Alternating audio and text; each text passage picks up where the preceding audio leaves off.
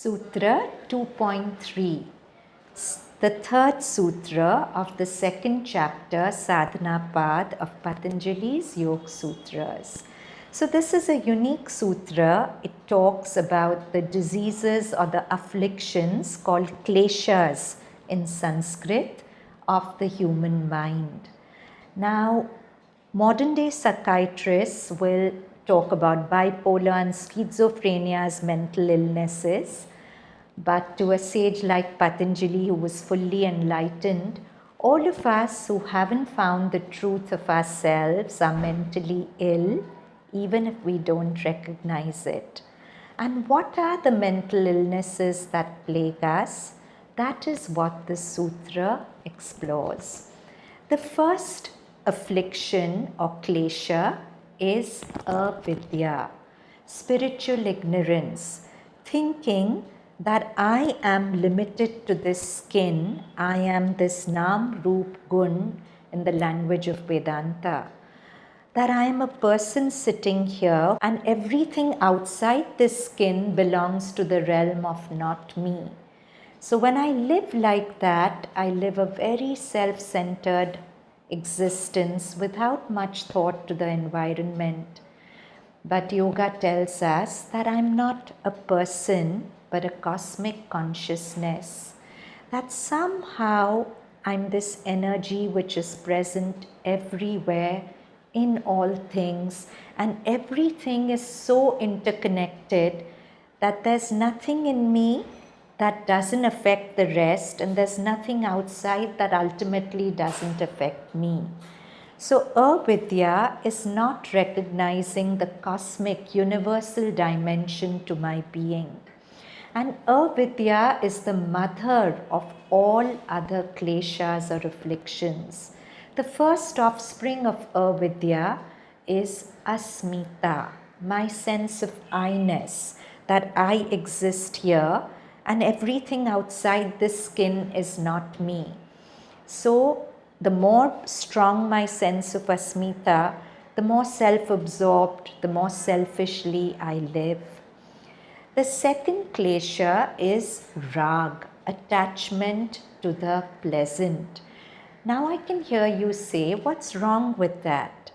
Nothing wrong really. Life is to be enjoyed and beautiful, pleasurable objects are to be savored in life. The problem is not enjoyment, the problem is attachment. If something is so enjoyable to me that I can't do without it, or its absence causes me pain, then that is an affliction. Because we do know that even the pleasant changes to unpleasant sooner or later. I'll give you an example. Suppose you meet a friend today and you have a wonderful time laughing, joking. The friend makes you feel very special and wonderful. You go home and you're looking forward to the next time you meet this friend. You might meet her a week later, but somehow that friend might be in a low mood. She may not be the same person. Actually, as people, we are changing all the time. The Buddha said that, quantum physics says that you never step into the same river twice. By the time you step the second time into the same river, different waters are flowing past. Each person is like that. It's a river flowing, not a static sculpture.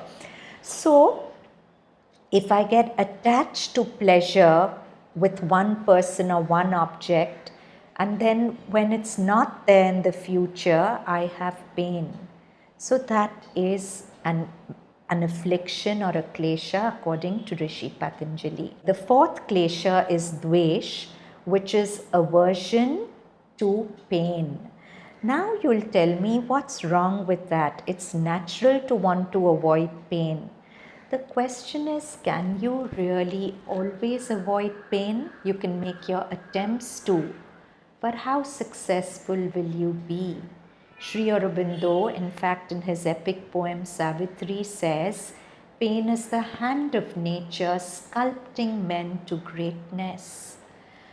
My belief is that life never sends you more pain than what is good for your growth. And if pain is your partner in growth, then why tighten so much and make so much effort to avoid it? Why not partner pain rather than resisting it? If you're an evolutionary being, when pain comes, you will ask yourself, what can I learn from it? You will learn to be with the pain. Beautifully said that your emotions are like crying babies. The more you try to shut them up, the louder they scream. If you're just present to them and stay with them, they settle down. Try this. Next time a painful emotion or a thought comes, just don't wish it away. Just shut your eyes, step outside it, be an observer, see if some part of your body is reacting to the pain, and breathe and relax and let go of your resistance to the pain. And see how the pain transforms to something beautiful when you stop resisting it. The last klesha is abhinivesha, clinging to life or fear of death. This also you'll say it's natural. Why should we not cling to life or to fear death? Well, if we haven't understood death properly, it's natural to fear it. But I don't know how many of you have heard of Anahita Murjani. Anahita Murjani was diagnosed with stage 4 cancer, and she's supposed to have died and left her body. And she says as soon as she left her body, she felt this great lightness and clarity and joy, and she could hear everyone, though her ears weren't functioning, her brain was dead. And then she was given a choice whether she wanted to go beyond or come back. And she came back, chose to come back to her body, knowing full well that if she came back, her body would heal. Because she realized in her near-death experience that it was fear that had caused her cancer. And she had gone into death, which you fear more than anything. And she'd seen that death was so beautiful. So after that, she had no more fear. And she knew that once her fear was gone, she was going to heal. And over a period of time, her cancer kept shrinking till she became completely well. You'll find lots of her YouTube videos. She's written a beautiful book called Dying to Be Me. So if you see death through the eyes of a being like Anahita Murjani who's been through it, you see that it's nothing to fear. Anahita Murjani did come back. Majority of the people don't. But it's not that they disappear.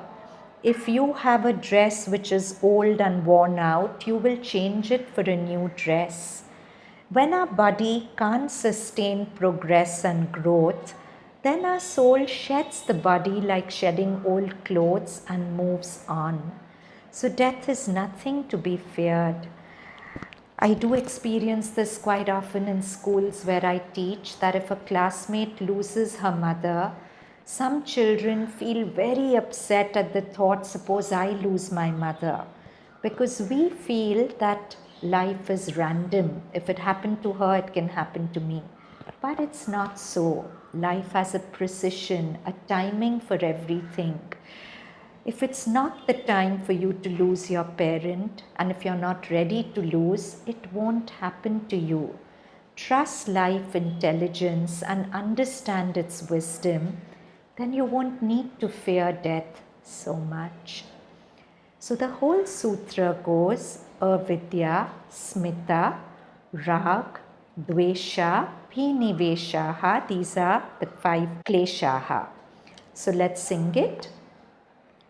Avidya, smita, rag, dvesha, bhinivesha, klesha. Once more. Avidya, smita, rag, dvesha, bhinivesha, klesha. Namaste.